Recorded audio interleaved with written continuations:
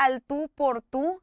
El tema de hoy son historia de deportistas sonorenses en la historia de las Olimpiadas. Tenemos en el estudio a los historiadores Ignacio Lagarda y Joaquín Robles Linares, quien ahorita fuera del aire me comentaban, es que el tema del deporte no es lo nuestro.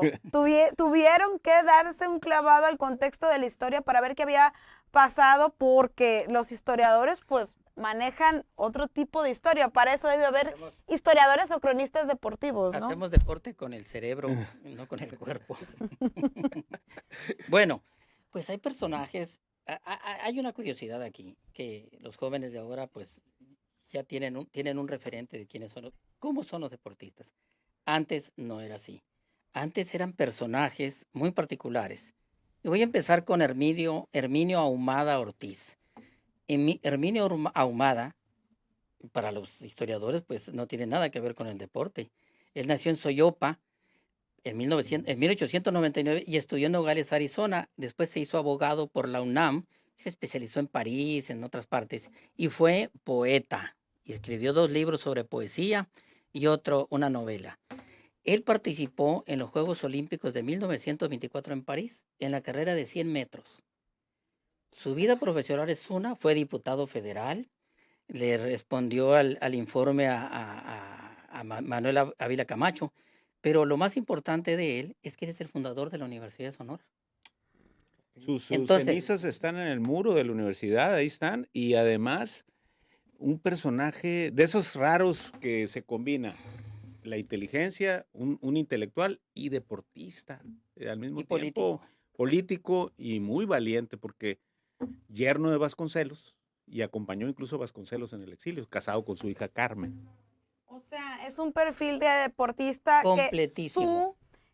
Pero que su trayectoria fue más que nada política, educativa y de otros ámbitos. Sí, pero llegó a las Olimpiadas a los 100 metros planos. ¿En qué año fue eso? 1924 en París. Herminio Ahumada, 1924 en París, 100 metros planos. Primer sonorense en las Olimpiadas. ¿Pero fue medallista o...? No. En ese tiempo. Llegar era ya era medalla. Acuérdate, entre corredores tenemos una frase, lento pero contento. Nomás vamos a darnos una idea. 1924, estaba finalizando el gobierno del general Obregón. Y esta persona andaba compitiendo en París. ¿Y dónde estaba el Comité Olímpico Nacional? No existía un sistema deportivo nacional, no existía nada, estaba terminando la revolución, pero él se hizo deportista y corredor y llegó a nada más imagínense viajar a París en barco. Sí, con recursos propios. Con recursos propios y esfuerzos propios, particulares, aislados. Por eso dices, bueno, y no eran esos tiempos, ¿no? Además, el deporte en aquellos no era una política pública. Cero. En las instituciones, no había eso. Hay que entender que el país iba saliendo de una revolución y prácticamente la administración pública empezaba a formarse con el general Obregón, que es realmente el que empieza a reestructurar todo lo que es la administración pública del gobierno. Y, pero el deporte estaba al final. Hay otro personaje y ahora vamos a ver el tipo de personajes que siguen. Óscar Bonfiglio, y a los que les gusta el espectáculo les va a llamar la atención. Ese nació en el fuerte de Ortiz, en Guaymas, el famoso fuerte militar de aquella época. Él era hijo de un militar y nació circunstancialmente en Guaymas, es sonorense. Él participó en 1928 en Ámsterdam en los Juegos Olímpicos y debutó el 30 de mayo de 1928 en el Estadio Olímpico y enfrentando a la selección de España, que por cierto le fue muy mal porque perdieron 7-1. Él era el portero. Era portero, pero era militar. Sí. Él también era militar. Sí. Y también fue el primer portero en el mundo en parar un penal en el mundo en la Copa Mundial de Fútbol, a la que también fue. Llegó a ser general de la división del Ejército Mexicano, pues su papel era militar, él también fue militar, y después nos vamos a dar cuenta que después de eso, militares son los principales representantes del deporte mexicano. Hay un detalle que vale la pena recordar de Óscar Bonfiglio. Óscar Bonfiglio fue portero, como dice Nacho, muy famoso, pero además es papá. Fue papá de un gran actor mexicano, Óscar Morelli, que si ustedes se acuerdan o vieron telenovelas, fue personaje de todas las telenovelas habidos. Se llamaba Óscar Bonfiglio, el nombre artístico era Óscar Morelli, y tienen un hijo, el señor Óscar Morelli, que es Óscar Bonfiglio, que es actor de doblaje, creo. Pero Óscar Morelli nació en Guaymas también, el actor. También hubo otro, Nacho, en esa Olimpiada de Ámsterdam, Raúl Tolán, un boxeador de Cananea. Sí. De Cananea, creo que peso pluma. Sí. Y también compitió. O sea, fuimos de los primeros en mandar boxeadores también. No era Julio César Chávez nomás, ya entonces estamos hablando de 1928. Fíjate, Bonfil está fue el primero en estar en el Salón de la Fama del Deporte Sonorense. Pero ellos se fueron a México y su vida fue en México. Juan Gracias Azueta, militar, nació en el Quiriego, estudió en el colegio militar, en el heroico colegio militar. Él jugaba polo en el cuerpo de las guardias presidenciales y todo este equipo que tienen los militares. Y estuvo en los centroamericanos, en el Caribe, estuvo en Berlín en 1936 como representante de México en las Olimpiadas, esas Olimpiadas de Hitler. De pues. Hitler, la que aquella vez le negó el saludo a Jesse Owens, Olimpiadas famosas que hay, e incluso si ustedes tienen curiosidad, hay una cineasta alemana, Leni Riefenstahl, que grabó primero graba una película apologética del régimen nazi, muy interesante, ¿cómo se llama? Algo del espíritu, ¿no? La fuerza del espíritu. Un documental. Pero ella grabó partes muy interesantes, sí, de las Olimpiadas. Y es considerada una cineasta excepcional, nada más que vinculada al régimen nazi, y eso la tachó de por vida, ¿no? Leni Riefenstahl. Y yo puedo decir con mucho orgullo que yo conocí al hijo de este señor y tuve en mis manos la medalla de bronce que ganó su papá, porque él me la enseñó, me dijo, mira, te voy a enseñar. Yo no le puse mucha atención porque no.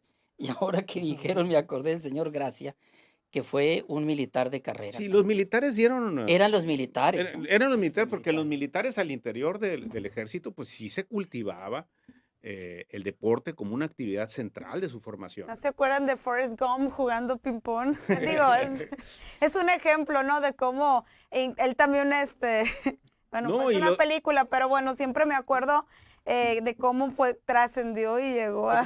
parte de la disciplina, el eje es la disciplina. Ahí estaba el sistema deportivo nacional en el ejército. Y a la fecha sigue siendo los militares. Semilleros. Pues esta muchacha arquera que no es semillero. del ejército. Alejandra Valencia orgullosamente lo tiene en su cuenta de Twitter. Es militar, ¿verdad? Sí. Es militar, tengo entendido que es militar, ¿no? Dice en su Twitter, miembro de las Fuerzas Armadas de México. ¿Sí? Ella sí. Hay dos basquetbolistas, Ignacio Romo Porchas, pues Romo y Porchas, pues de Ures y de Zaguaripa, pero ellos de niños se fueron a vivir a Mexicali y participaron. Participó en 1948 en Londres, en el equipo de básquetbol, junto con José Joe Cabrera, que él es nacido en Nogales, que también se fue a vivir a Mexicali. En Nogales, en la frontera, siempre hubo una gran afición al básquetbol. Y en Cananea. ¿no? Y en Cananea. Todo eso. Entonces, Joe Cabrera hizo carrera también, fue muy famoso como basquetbolista, ¿no? Ellos están en el Salón de la Fama de Mexicali, se consideran baja californianos, pero son sonorenses. Él estuvo en Helsinki, también Joe Cabrera. Y otro personaje militar, Jesús Antonio Almada Félix, pues obviamente por el puro apellido, pues es de Navojoa, Almada y Félix. Él también estuvo en Melbourne y en Helsinki en el pentatlón y esgrima. Él es también egresado del colegio militar y ahí estuvo. Él sí consiguió medallas de oro y bronce en los centroamericanos. Y tuvo una vida deportiva larga. Él participó en 2 o 3 olimpiadas, incluso dejó una especie de trayectoria que es así muy meritoria en el ejército, ¿no? Porque era militar, ¿no? También. Era militar. Y él se fue a vivir a León, Guanajuato, donde hizo una gran carrera como entrenador. Está en el Salón de la Fama. Y fue jefe de policía también. Sí. Es que aquellos sí eran versátiles, muy versátiles. Hace unos momentos fuera del aire me decían, es que nosotros no sabemos de temas de deporte, no lo manejamos. No. Y miren toda la información que están aportando al tú por tú los historiadores Ignacio Lagarde y Joaquín Robles Linares sobre sonorenses que llegaron a las Olimpiadas. Pues es que lo que sí somos muy buenos investigadores, eso sí lo sabemos hacer. Hay otro, José Luis Dávelos, hermosillense, ese era boxeador, peso welter, y ganó 15 campeonatos mexicanos, estuvo en los Panamericanos, y en 1952 estuvo en los Juegos Olímpicos, también el Helsinki, y bueno, venció a un filipino, pero no llegó a más y no pudo conseguir la medalla de oro. Dedicó muchos años de su vida al box, Juegos Panamericanos, Juegos del Caribe, y también compitió a nivel nacional en voleibol y baloncesto. No, pues tenían. Hay un personaje. Ya se nos están acabando. Sí, no, de algo que no se nos debe olvidar en la del 52 de Helsinki, la primera mujer, si no la primera, de las primeras que compitió, fue Amalia Yubi. La japonesa. Japonesa, hija de japoneses, originaria de Altar, Tubutama, de un ejido, San Juan, creo que se llama. Sí. Y ella fue la primera mujer que compitió en jabalina, en atletismo. Y hay una foto de ella muy interesante donde la recibe en esa época, ahí está, con don Ernesto Piruchurto, el regente de hierro, un personaje también interesantísimo desde el punto de vista histórico, aspirante permanente a la presidencia de la República, pero además el hombre que transformó la Ciudad de México de pe a pa, completamente. Y ella, sonorense, con una gran trayectoria interesantísima, porque una mujer, es más, todavía no votaban las mujeres, el voto se les da el 53, ella en esa época ya estaba compitiendo con jabalina y tiro de bala. Obviamente que su carrera y su vida la hizo en México y nunca regresó a Sonora. Eduardo Zazueta, de San Luis Colorado, boxeador también, peso welter, compitió en Tokio el 64 y perdió contra un keniano al final. Y el primer sanluisino en Olimpiadas. Y hay otro personaje, Manuel Mendívil Yocupicio, capitán de caballería también. Ese es de Guatabampo. Ese también del Colegio Militar, jinete olímpico, participó en 3 Olimpiadas, empezando en Tokio en 64 y en otras 2 más.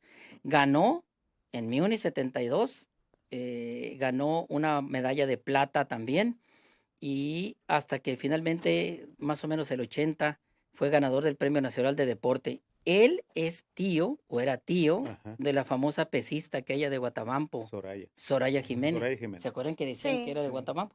Su familia, él es tío de Soraya Jiménez. Es que sus raíces estaban ahí. Otra vez el ejército. Y además hay que recordar que en todo el siglo XX el ejército hizo un gran papel en los deportes ecuestres. Humberto Mariles, todos esos personajes. Medalla de oro. O sea, y además tenían una cría de caballos excepcionales y eran muy buenos jinetes. No sé, yo ya no sigo los deportes de cerca, pero no sé si eso se siga ya no creo que ya casi cultivando, no ¿no? No, pero no militares. Pero en deportes ecuestres, ya no sé si el ejército, pero me acuerdo toda mi infancia, adolescencia, juventud, los mejores eran los del ejército en estos deportes. Carlos Castro Sedano, oriundo de Esperanza, Sonora. Sí. Único sonorense que participó en las Olimpiadas de México 68. Solamente sí. Participó un personaje local ahí que se fue con todos los sacrificios a México y participó único sonorense. Claro que no ganó ninguna medalla ni pasaron a la final. Era el relevo 4. Sí. Y se regresó, vivió el resto de su vida allí en Esperanza y todavía vive, ahí está en Esperanza. Sí, incluso veo que tiene una colección muy interesante de diplomas y es un personaje que hay que rescatar, yo creo, porque esos esfuerzos que se daban eran esfuerzos individuales. Me acuerdo cuando yo estaba muchacho aquí en Hermosillo, había un caminante famosísimo, el Tepupa Muñoz, que paralizaba la ciudad cuando estaba de moda la caminata. Yo ahora ya veo que como que pasó de moda. Y paralizaba la ciudad. ¿Cuál pasó de moda? Sí. Bueno, pero se paralizaba la ciudad. Me acuerdo que todo el mundo veía y todo el mundo le echaba porras al Tepupa Muñoz. José Delberto Garcés, y nos quedamos el 84 porque para allá. Les toca a ellos. Él fue cuarto lugar del levantamiento de pesas en Los Ángeles 84. A partir de aquí para acá empiezan a salir los deportistas ya... Sí. No integrales como los que hemos visto. Que eran una cosa, que eran otro, que eran otra. Digamos que profesionales. ¿No? De la vida civil, ¿no? Sí. No, y empieza ya los organismos. Se dedican a eso, no como veíamos este personaje, Herminio Ahumada, que era maestro y era diputado y hacía muchísimas otras cosas, además de participar en las Olimpiadas de París corriendo, que fue, lo veíamos ahorita, el primer sonorense en participar en unas Olimpiadas. Bueno, empiezan a salir los que serían llamar los deporte stars, por no decir rock stars, ¿no? Que se quejan del Comité Olímpico, se conflictúan y tiran los uniformes. Y ya para los 80s, como como dice Nacho, pues ya empieza el COI, ya estaba, ¿no? El Comité Olímpico Mexicano, en fin, los organismos que empiezan a regular el deporte, las federaciones, en fin, ya es otra cosa. Empieza, yo creo, desde un poquito antes, pero empieza lo que hoy es la política deportiva. Sí. Porque ya es parte de la política, ¿no? O el deporte politizado. Ya institucionalizado. Los que vemos de allá, de los años 50 para atrás, eran esfuerzos individuales, y yo creo que el único organización que les daba cobijo y que los representaba y que los llevaba era el ejército.